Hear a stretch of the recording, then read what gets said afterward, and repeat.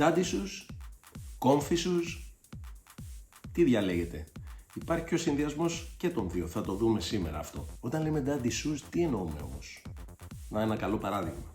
Οι περισσότεροι που γνωρίζετε θα περιμένετε να δείτε New Balance. Αυτό είναι daddy shoe, όπως βλέπετε. Το 574. Θα μπορούσε να είναι το 900, θα μπορούσε να ήταν το 530, θα μπορούσε να είναι ένα Nike. Κρατήστε το αυτό που είπαμε, ένα Six, ένα Adidas, ένα Six Gel ας πούμε. Η χρονιά 2024 έχει πολύ daddy shoe μέσα. Έχουμε unboxing και σήμερα, να ξέρετε. Δεν θα είναι άδειος ο χώρος εδώ. Αλλά θα ξεκινήσουμε λέγοντάς σας ότι έχουμε μία αδυναμία σε ένα συγκεκριμένο παπούτσι, το οποίο είναι daddy shoe, είναι comfy shoe και μας αρέσει πάρα πολύ. Δηλαδή αν διαλέγαμε από όλα τα παπούτσια που έχουμε ένα top 3, σίγουρα θα ήταν μέσα. Αν το δείτε μπορείτε να πείτε, από όλα αυτά τα παπούτσια που έχεις αυτό διαλέγεις? Ναι, αν το φορέσετε αυτό το παπούτσι θα καταλάβετε. Και δεν το έχουμε μία φορά και δύο. Πριν ανοίξουμε τη νέα παραλαβή στο συγκεκριμένο παπούτσι, θα σας δείξω εγώ μερικά που έχω. Το έχουμε δει και σε άλλο βίντεο. Reebok Club C85 Vintage TV. Μετά θα καταλάβετε αν θυμηθείτε αυτό το συγκεκριμένο ζευγάρι.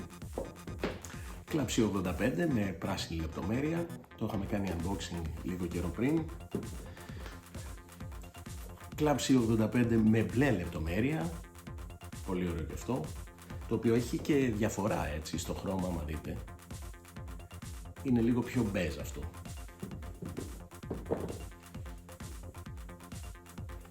Πολύ ωραίο χρωματάκι, Reebok πάντα, έτσι. Daddy shoe, αλλά λίγο πιο ιδιαίτερο.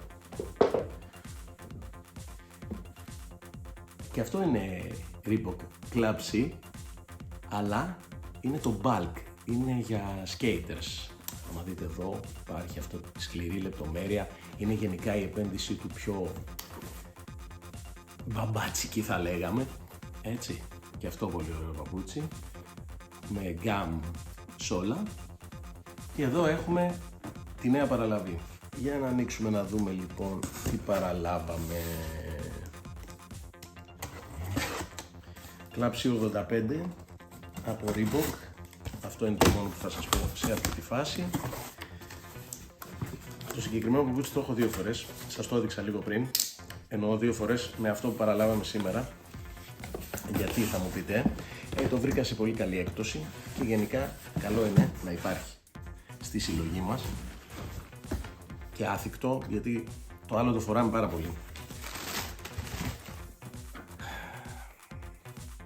Αυτό είναι Club C85 Vintage TV από τη Reebok.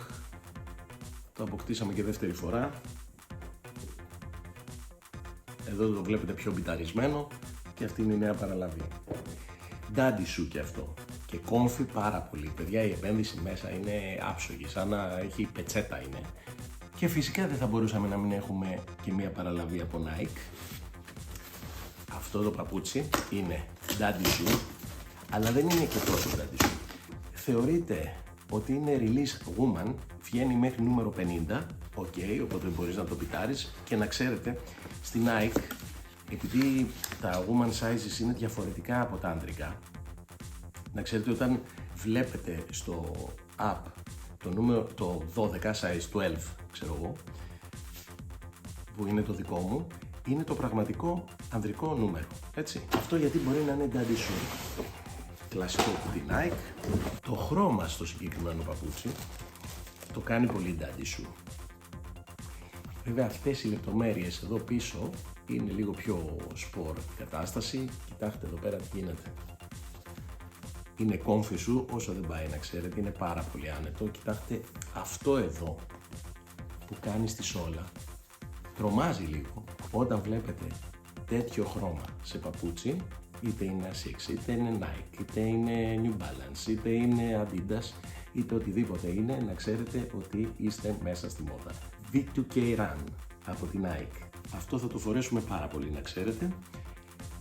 Και κάπως έτσι τελείωσε και το σημερινό βιντεάκι μας με το unboxing σε Daddy Shoes.